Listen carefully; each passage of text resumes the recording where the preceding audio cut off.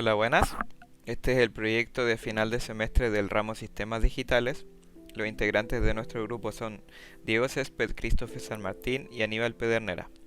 Nuestro profesor es Juan Pinto Ríos y el ayudante es Zoom King Guerrero. Para realizar las fases de diseño del circuito combinacional, como primer paso, se interpreta el enunciado y se procede a realizar la tabla de verdad, la cual tiene 4 entradas A, B, C y D y una salida S. Se puede observar que en la tabla de verdad, cada vez que A o dos salidas, dos entradas cualesquiera están activas, la salida se desactiva. Como se puede ver en este caso, C y D están activas, por lo tanto la salida se desactiva. En cambio en este otro lado, cuando A está activa, o cualquiera de las otras dos, la salida siempre va a ser un 0. Luego de obtener el valor de la salida en la tabla de verdad, se realiza el mapa de Carnot buscando agrupar la mayor cantidad de unos posibles en grupos que sean potencias de 2, por lo que a nosotros nos quedaron 3 grupos de a 2 unos. Estos serán el grupo amarillo, el grupo verde y el grupo rojo. Analizando en primer lugar al grupo verde, se puede ver que los términos A, C y D mantienen su valor en 0, pero el B cambia de un 0 a un 1. Por lo tanto, la expresión del grupo verde queda como se ve acá abajo. En segundo lugar, se analiza el grupo amarillo, en el cual A, B y D no cambian, pero por otro lado, el C cambia de un 0 a un 1. Por lo tanto, la expresión del grupo amarillo queda como se ve acá. Finalmente, se analiza el grupo rojo, donde se ve que A, B y C mantienen su valor en 0, pero el D cambia de un 0 a un 1. Por lo tanto, la expresión queda así. Y la expresión mínima que se realiza con el mapa de Carnot es la que se ve acá abajo. Ya teniendo la expresión mínima, se puede realizar el circuito en Falstaff con lógica NAND. Para poder realizar el circuito de una forma más fácil, se ocupa la técnica de la doble negación para así poder aplicar las leyes de De Morgan.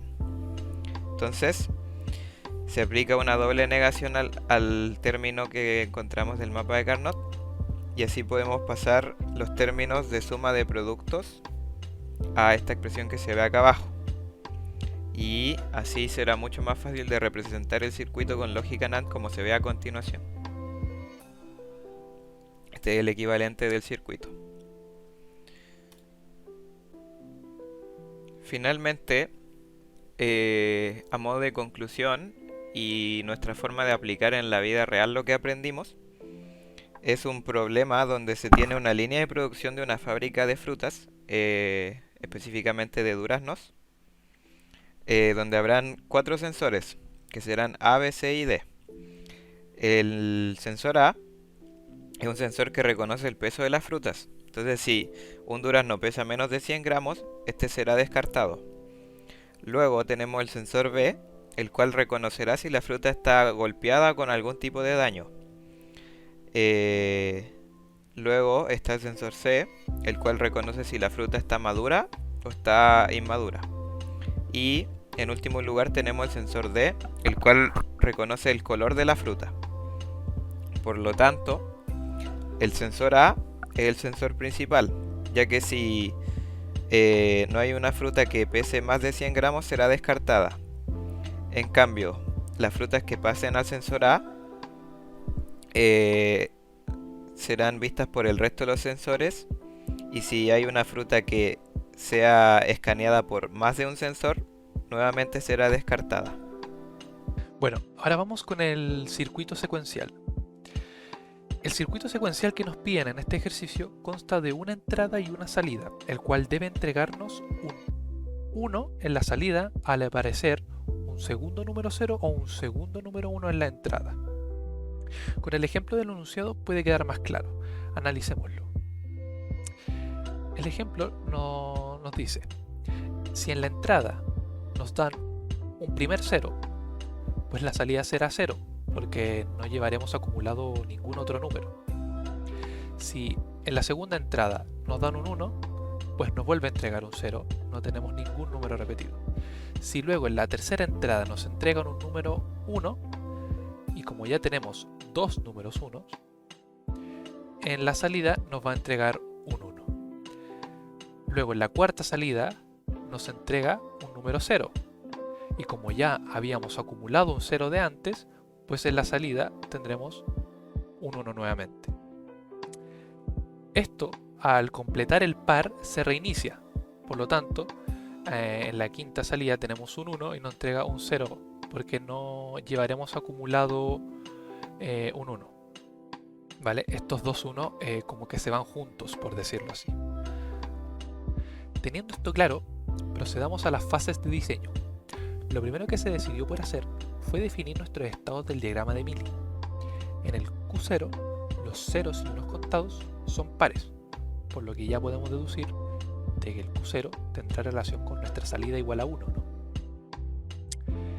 Luego, en el Q1, el 0 contado es par y el 1 contado es impar. En el Q2 tendremos la misma lógica, pero al revés. Es decir, el 1 contado es par y el 0 contado es impar. Y bueno, el estado que está más alejado del Q0, que es el Q3, es donde los ceros y unos contados son impares. Por eso, este estado no tiene relación alguna con el Q0. Luego, se realizó la tabla de estados actuales y estados siguientes, según las entradas definidas como X, cuando X es 0 y cuando X es 1. Para facilitar la comprensión de esto, se codificaron en código Gray los estados actuales. De esta manera: el Q0 será 0, 0, el Q1 0, 1, el Q2 1, 1 y el Q3 1, 0. Llevando esto a la tabla que vimos anteriormente, nos queda de esta forma. Llevando esto a la tabla que vimos anteriormente, llegaremos a esta nueva tabla codificada, en donde nuestros estados codificados se ven reflejados acá. Analicémosla. Si estamos en el estado 0, 0, que corresponde al Q0, si nuestra entrada es 0, nuestro estado siguiente será 1, 1, ¿cuál es nuestro estado 1, 1? Q2. ¿Es cierto esto? Pues veámoslo en nuestro diagrama de estados. Si estamos en Q0 y nos dan una entrada 0, nos vamos a Q2. Efectivamente, se cumple como dijimos anteriormente. Veamos otro caso. Si estamos en el estado 1, 1, nuestro estado 1, 1 es Q2, y la entrada es 1, nos vamos a ir al estado 1, 0. ¿Cuál es nuestro estado 1, 0? Al Q3. ¿Es verdad esto? Pues veámoslo. Estamos en Q2, nos dan una entrada igual a 1 y nos vamos a Q3, ya que el otro recorrido sería con entrada 0 y sería hacia Q0. Y la misma lógica con los demás estados. Básicamente es llevar nuestro diagrama de estados, este que tenemos aquí, a una tabla y verlo de otra forma, verlo mucho más ordenado. Además, que se me olvidaba decirlo, es que también relaciona la salida. Que la salida en este diagrama es el número que está abajo de los cambios de estado. Tenemos arriba la entrada y abajo la salida. A continuación viene la elaboración de los mapas de Karnoff. Como son 4 estados, tenemos entonces que son 2 biestables, es decir, 2 flip-flop tipo D o tipo JK según corresponda. Como sabemos, en un flip-flop tipo D, la salida sigue a la entrada, por lo que desde esta misma tabla que ya analizamos, ya podemos saber cómo estará compuesto los mapas de Karnoff. Analizando un poco, hay que entender que en el flip-flop tipo D, el Q siguiente será igual a nuestro D, a nuestro flip-flop tipo D. Entonces, ¿cómo podemos verlo rápidamente y de forma muy sencilla? Si nos fijamos en A, si del 0 pasamos a un 1, el 1 siendo nuestro estado A siguiente, nos entregará en el mapa de Karnoff un 1. ¿vale? En el mismo caso del B, si en B tenemos un 0 y pasamos a un 1, tendremos un 1 aquí. Y así con toda la tabla.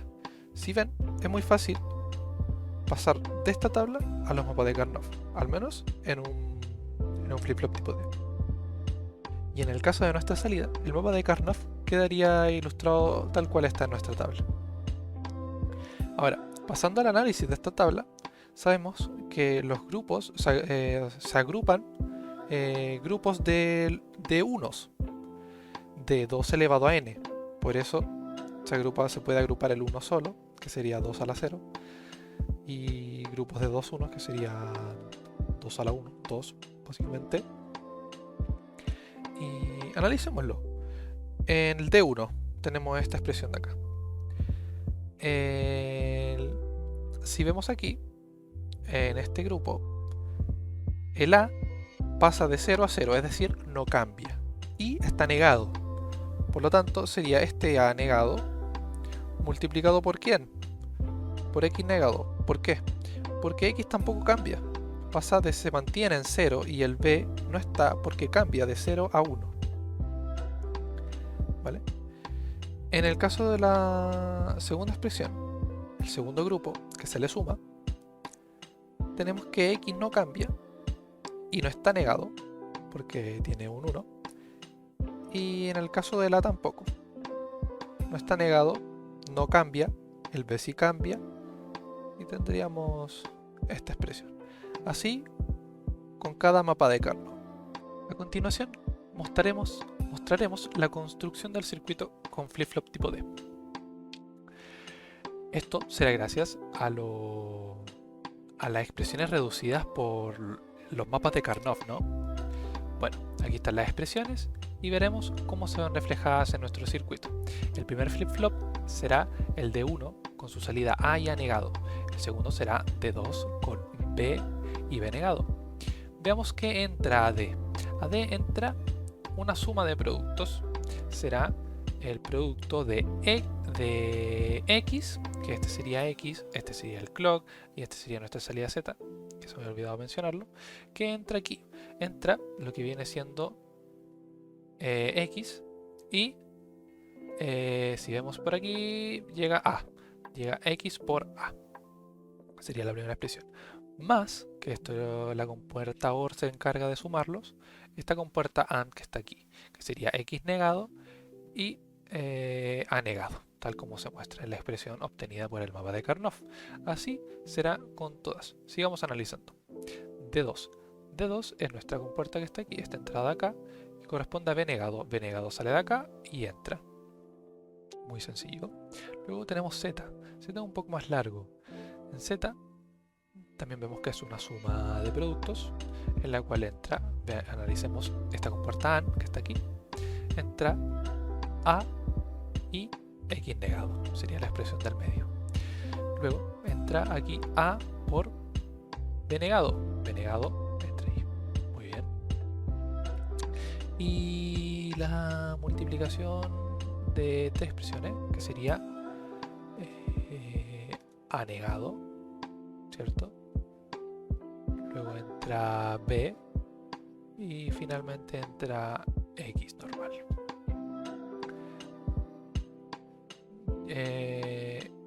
Luego las tres compuertas NaN analizadas se suman y obtenemos Z.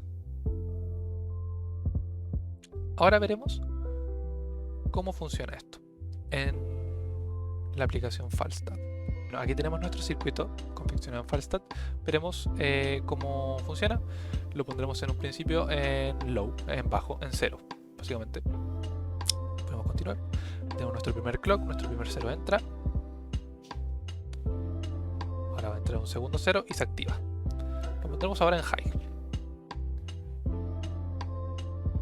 Entra nuestro primer en alto y nuestro segundo alto y sale alto, como pueden ver. Está funcionando a la perfección. Bueno, ahora como se nos pedía en el ejercicio, también nos pedían un flip-flop JK. Se va a apreciar que para el segundo JK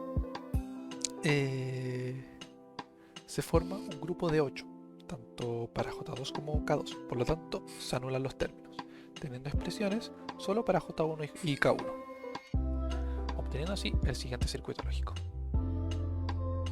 Conclusión y aplicación de lo aprendido. Bueno, la propuesta para el circuito secuencial desarrollado anteriormente es el siguiente. Se tiene una fábrica de zapatillas la cual vende dos tipos de estas, a las que llamaremos modelo 1 codificado con el número 0 y modelo 2 codificado con el número 1. Esta fábrica emplea una cinta que transporta los dos tipos de modelo de manera desordenada, y para organizar los pares de estos modelos se emplea un sensor que detecta y agrupa en pares de ceros y unos, ¿vale? El funcionamiento del sensor será el siguiente. Detecta el modelo de la zapatilla 0 o 1. Luego procede a seleccionar un modelo de zapatilla y este queda a la espera de su par, es decir, un próximo 0 o un próximo 1. Luego de tener un par consecutivo, las embala en su respectiva caja para luego venderlas. Al seleccionar un tipo de zapatilla va descartando en tiempo real un modelo que sea diferente. Las zapatillas descartadas vuelven a dar la vuelta en la cinta hasta que sean agrupadas con su respectivo par. Bueno, como conclusión, al adentrarnos mucho más en estos circuitos secuenciales o combinacionales, nos hacen ver de lo importante que pueden llegar a ser, ya sea como concepto o servirnos en la práctica, ya que logramos darle utilidades muy novedosas desde nuestro punto de vista. Y bueno, eso ha sido todo por hoy. Espero que les haya gustado y un saludo al que nos esté viendo.